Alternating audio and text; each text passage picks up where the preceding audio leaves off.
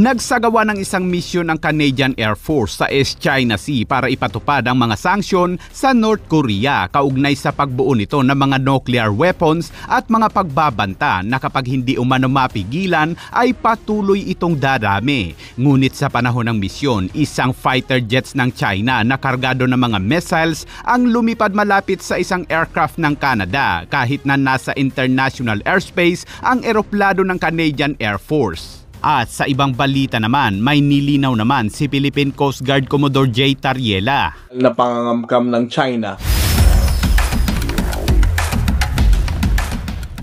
Sa ibabaw ng malalim na asul na tubig ng East China Sea, sinusuri ng Canadian military aircraft ang malawak na dagat gamit ang CP-140 Aurora, isang maritime patrol aircraft na pinapatakbo ng Royal Canadian Air Force na pangunahing idinisenyo upang manghunting ng mga submarino. Ngunit ang aircraft na ito ay nasa ibang misyon, ang pagsubaybay sa mga sasakyang pangdagat sa North Korea na nakikibahagi sa ipinagbabawal na kalakalan na lumalabag sa mga sanksyon ng United Nations. Gumagana sa international airspace sa ibabaw ng international na tubig ang misyon ng Canada na kilala bilang Operation Neon. Ngunit habang niraradyuhan ng Canadian Air Force ang isang kahina-hinalang barko, abay isang fighter jets ng China ang dumating. Ang operasyon ng Canadian Air Force sa international airspace ay nag-trigger sa China na gumawa ng isang dramatikong tugon na lumipad malapit sa Aurora aircraft ng Canada. Ang Operation Neon ay kontribusyon ng Canada sa isang pinag-ugnay na multinational na pagsisikap upang suportahan ang mga pagpapatupad ng mga parusa ng United Nations Security Council laban sa North Korea, habang ang mga estado ng miyembro ng United Nations ay naghahangad na maglapat ng panggigipit sa Pyongyang na talikuran ang mga programa nito sa pagbuo ng mga sandata tulad ng mga nuclear weapons. Sa pahayag ng Canadian Air Force ay mahinahong niradyuhan ng kapitan ang Chinese fighter jets. Nagpakilala ang Canada at sinabing nasa isang misyon sa international airspace, ngunit ang Chinese jets ay hindi umano tumugon. Nasa 30 minuto umano nagpakita ang fighter jets ng China at kalaunan ay umalis din. I'm a Canadian aircraft operating in international airspace with due regards to rights and duties of all nations.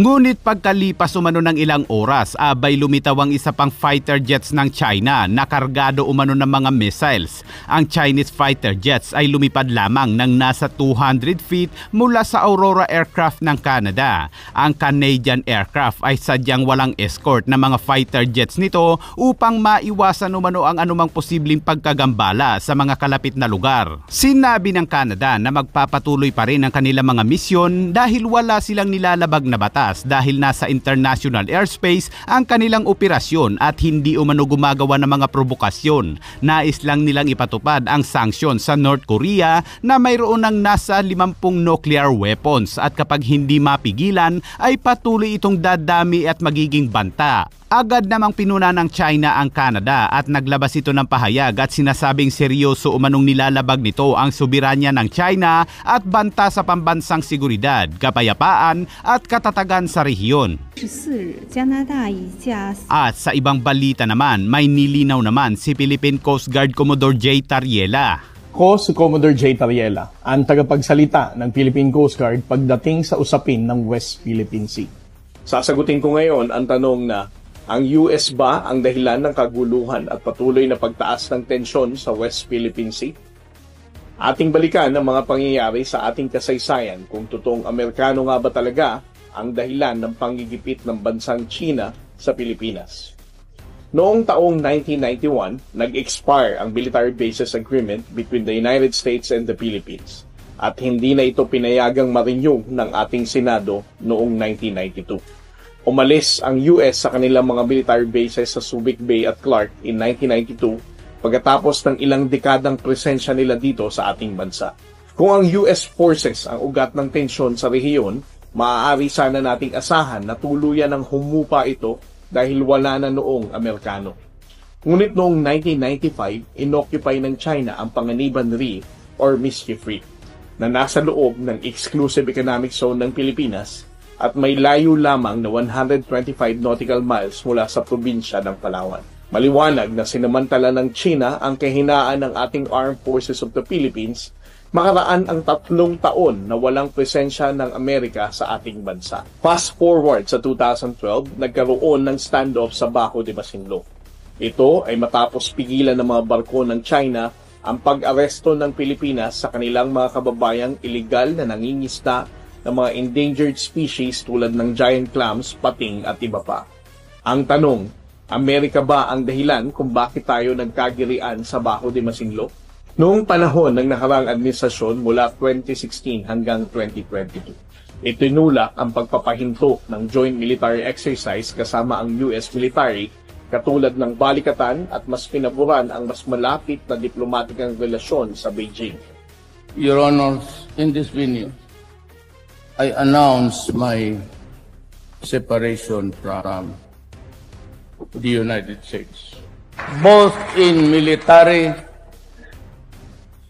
not maybe social with the Philippines, both in military but economics also. Ngunit sa kabila nito, mayroon pa rin mga insidente ng pangharas ng mga Chino sa mga mainstang Pilipino sa Bajo de Masinloc, pambubuli ng Coast Guard vessels, pagharang ng resupply missions ng Armed Forces of the Philippines, at swarming ng Chinese vessels sa Pag-asa Island at Julian, Philippines.